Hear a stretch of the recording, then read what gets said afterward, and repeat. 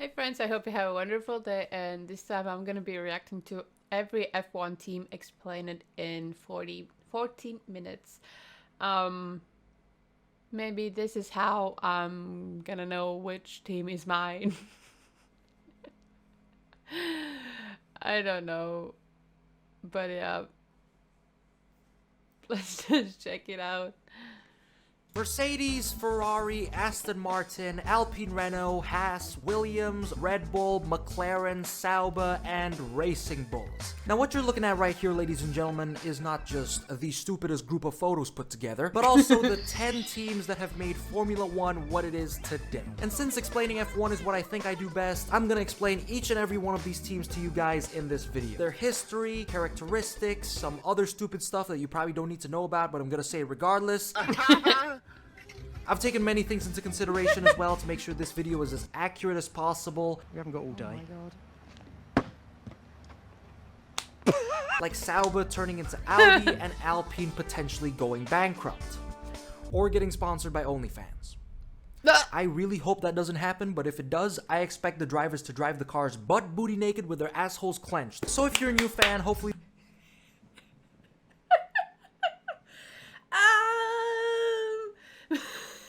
Maybe the drivers need to start to work at OnlyFans, but Bottas, come on, dude.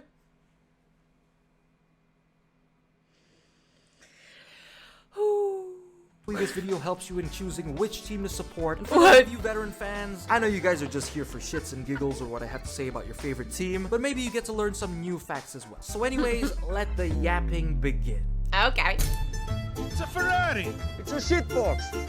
Now, a lot of you guys might expect me to define this team as the brain-dead ones, the clowns in Formula 1 who keep on making mistakes, and the idiots who decide to put hard tires on in a track that is clearly slippier than P. Diddy's baby oil. And as much as that is extremely true, Ferrari is still a huge part of Formula 1. It is the biggest team in the sport, the most successful, has the largest fan base out there. Everybody's a Ferrari fan. And has the proudest history to look back on, from Michael Schumacher winning 5 championships to Charles Leclerc's iconic wins in Monza. As much as I love clowning on these guys, Ferrari is truly the heart of Formula 1. That F1 pays them up to $50 million a year just to exist. And for good reason too, because without these guys, 40% of F1 fans would just go... But jumping forward to Ferrari now, the team has become more of a meme, because they can have the highest highs, but eventually have the lowest of the lows. Like Charles Leclerc could win a race, but then sometime later, the Ferrari headquarters in Maranello would just magically set itself on fire. So this results in Sorry, what? Extreme mood swings for the average Ferrari fan. One race they could be joyful, and then bam, they want to kill themselves by next week. And Ferrari is also what I call the biggest driver edger. Pardon my lack of better wording, but it's because so many of their drivers have come so close to winning a championship, but because of some goofy shenanigans that I swear to God only happens in a team like Ferrari, they end up either scarred That one just fly on. What? for life or start balding. Sometimes both. Poor guys. What? Haas are the underdogs of F1. One of Haas? the most underrated teams in the sport, and rooting for them is actually so much fun. Because supporting Haas is like supporting a fat friend with an eating disorder. 50 dead in Alaska! You see, like Haas doing horrible in races, it's like seeing your overweight friend not do that well in any form of physical activity. But when you see them making progress, you feel like the proudest dad. I can't. The videos in between everything. I'm laughing at one, and the next one is even worse. In the world, and that is exactly what supporting Haas is like. When Roman Grosjean gets P4 in a race, if you're a Red Bull fan, it's just an average Tuesday. But if you're a Haas fan, it feels like you've on a fully paid 2-week vacation to Tahiti. But as I've said, fat friend with an eating disorder, so progress isn't gonna be so easy. So expect Haas to be in the back of the grid or midfield 50% of the time. Also, they are the youngest team that joined in 2016. It's an American race team owned by Gene Haas, and they struggle with funding a lot, but that's what makes their good results even more special. And speaking about a team with a similar trait, we move to Aston Martin, which started off as Jordan, then became Force India, but then the owner of the team got arrested for debt evasion, and so it turned into Racing Point and now Wingstop. Pretty much. Also, if you didn't know, F1 teams can change sponsors or owners, hence the name changes over the years. But what I love so much about this team, especially during its Racing Point days, is that this is a team that tries to do more with less. Back then, they never had the top personnel or resources, but they were still able to compete against top teams in years like 2020. It was so impressive.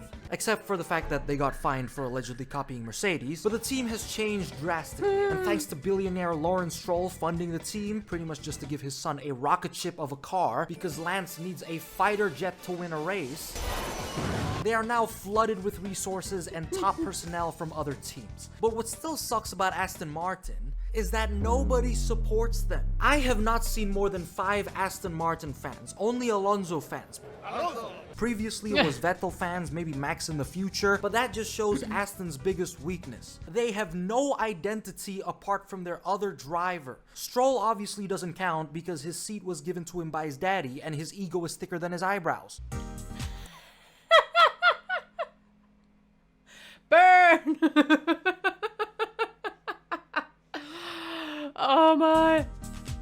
Now, I know I love mentioning in my previous videos that Red Bull's such a toxic, unhealthy mess of a team, and although, you know, that is very much a fact, Red Bull is still successful as hell. Despite joining in 2005, they have accomplished so much. From Sebastian Vettel's domination era in the 2010s to Max Verstappen's domination in 2022 and 2023. Though what these two eras had in common was that during them, Red Bull was highly unstable, and that is the team's biggest trait. If you didn't know, the team has a whole power dynamic system that causes this instability, you know, different influences in every sector. Feel free to pause this if you want to digest how everything works, but the most unique part is that this actually makes them fast. Unlike Ferrari that has highs and lows separately, Red Bull has highs and lows at the same time. And the most interesting part is, the lower they are, the higher they go. I probably sound so confusing right now, but let me go. Think of it like this: the more unstable Red Bull is, the more successful they end up. But the thing is, the team is like a boiling pot. It works fine in the right temperature, but if it gets too hot, the food fucking explodes. Chicken. So Red Bull works just like that. They're great under pressure, but if there's too much pressure, then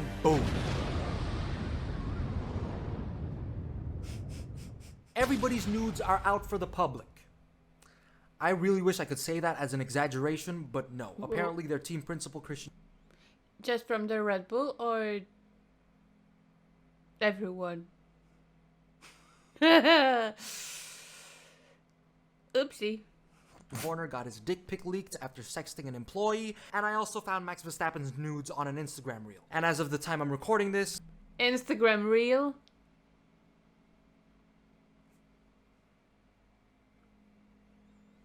Poof. Okay. Red Bull is beyond unstable. Alpine is a French team, and as much as I just want to end my explanation there, their history is just too good. Alpine is also known as Renault, a French car manufacturer. They've been in F1 for a while now, and have had amazing moments like winning championship titles in 05 and 06, but they've also had some controversial moments like the 2008 crash gate, which was a whole controversy about Renault crashing one of their cars on purpose to help them win a race, and also some goofy moments like when the team became Lotus, Kimi Räikkönen nearly made them go bankrupt since he had a contract to be paid $50,000 for every point he scored. And he scored 390. But anyways, Alpine is a team that...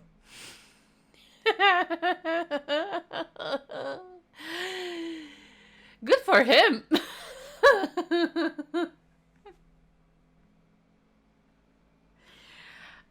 Someone forgot to read the papers, you know.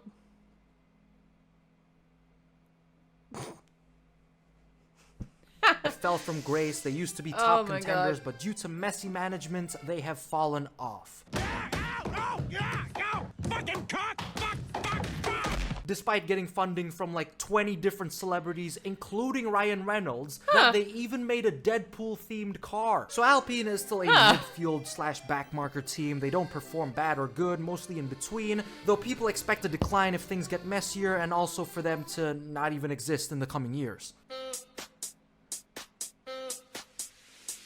McLaren is a team that caters really well towards the younger demographic of F1 fans. They're a team with a history just as rich as Ferrari's, which is why they also get paid a heritage bonus of $30 million a year. And the team has had a fair share of ups and downs, like when I started supporting them in 2016 because of Alonso. How the hell they can overtake me? 300 meters behind me at the beginning of the straight. I never raced with less power in my life. That ended up being the worst experience of my life, but the team has changed drastically over the years. They used to cater very well towards veteran fans, but are now far more suitable for younger fans out there. Since, you know, they call their fan base the Papaya Army, both of their drivers are extremely young, and their social media team... Why Papaya Army? Because of the orange? Merry Christmas, Carlos and Lando. What? is the most active and up-to-date with the trends, though Aston Martin does come in as a close second. So McLaren is a fairly light-hearted team with a lot of positive vibes around.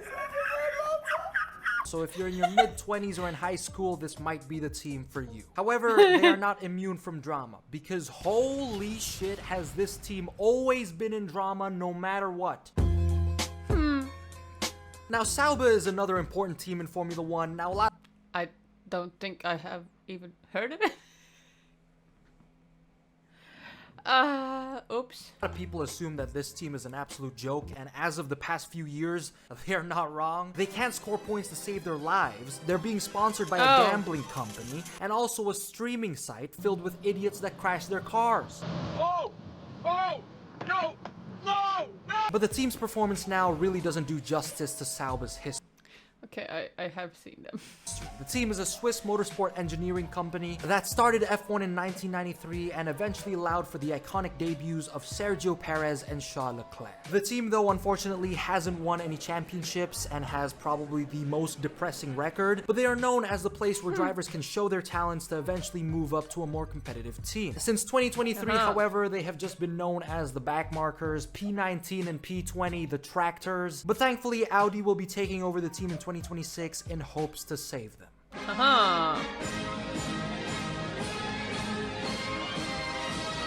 Mercedes, a team sponsored by a car company with a lot of things we can look back on, like the cars they used to make for Hitler. A bit too far back? A bit too far back, okay, my bad. Mercedes joined F1 in 1954, but left a year later and only came back as a factory team in 2010. But before the team existed, they used to be known as Brawn, an F1 team that was bought for a single British pound and has a 100% win rate. It might sound like I just pulled all of that information out of my ass, but if you just pause this real quick, that would explain everything. But after Mercedes took over Brawn, this team did so much. Michael Schumacher made his return with them. They made the fastest cars out there. I'm Jesus! I'm descendant of God! And Lewis Hamilton won multiple championships. But what if I said that those things aren't even the best part? Because the best part about Mercedes was Nico Rosberg outscoring Michael Schumacher and beating Lewis in 2016. This guy is that kid called Brittany in one of my last videos. At least in this picture, it looks like him.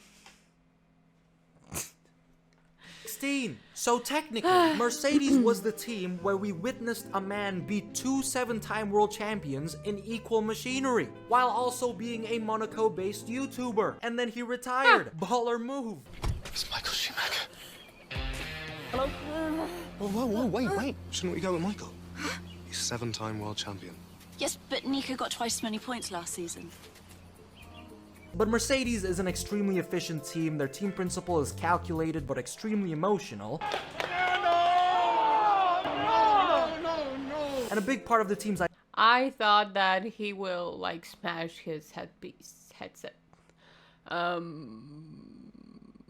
he was holding in, so identity is just Lewis Hamilton.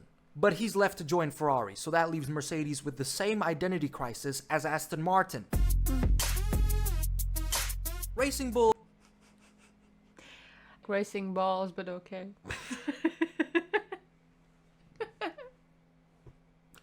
is essentially Red Bull the sequel. They're Red Bull's Yep. second team that is most recently known as VCAR, but a lot of fans know them better as Toro Rosso, Minardi, or AlphaTauri. And since they are pretty much Red Bull's What? slower junior team, I'm gonna race F1's shortest driver That's not true. in these mega trucks. Red Bull has a lot of control over them, from which drivers get hired, fired, or moved up to the senior team if they're desired, and those decisions are made by Helmut Marko, Red Bull's chief headhunter, who has put a lot of people, mostly upcoming talents, in the team, like Max Verstappen, Carlos Sainz, Nick De Vries, Yuki Tsunoda, Liam Lawson, Pierre Gasly, Alex Albon, Sebastian Vettel, and Danny Kvyat. And I know, holy shit, that is a lot of drivers. And the reason why is because the team is extremely harsh, just like Red Bull. If the drivers perform, they go up to the senior team, but if they don't, they either get put back in the junior team or get sent straight to hell. Son, I'm very disappointed in you. But as long as you're safe, that's all that really matters. Thanks, Dad. But one more thing. Yes, Dad? And finally, we have Williams, which is another great example of a team that fell from grace. They have been a huge part of Formula One, one of the most successful teams in the sport, actually, which had iconic drivers like Alain Prost, Nelson Piquet, and Ayrton Senna, and their records are so I have heard of PK somewhere. impressive that when you take a look at the team now, you can't help but say, what the fuck happened? And well, it's funding. Williams, Haas, and Sauber are pure racing teams, unlike Ferrari, Mercedes, or Renault, which are car manufacturers, which makes funding very challenging for them. Even with Williams also getting the $10 million heritage funding from F1. And this lack of money has resulted in miss after miss after miss. And therefore, the team is at a low point. But what I still like the most about them is how they try to improve. Williams is a team on a journey to get back to the top. And with a team principle that's well-spoken, motivated employees and drivers, you can't help but to root for them. So that's all there is for Williams. I know I probably missed some of their history and maybe some interesting facts about the team. So if you guys want to drop a couple more facts in the comment section, feel free to do so. Like James Vowles going to Carlos Sainz's hotel room to sign his Williams contract, apparently. But anyways, that is it for every F1 team explained. I hope this video answers all your questions if you're new, or was a fun rehash if you're an older fan. But as happy as I am to be able to explain all these teams to you guys, I'm still sad that this video was unable to answer the real question in all of F1. That being, who was top and who was bottom in Carlos Sainz's hotel room? Let that sink in, ladies and gentlemen. Let that sink in. Because I don't know the answer to that, and James Vowles said it was shockingly close to dating. So now I'm too afraid to ask. I'm thinking Carlos is bottom, though. Because they don't call him Chili unless he's ready to take the heat.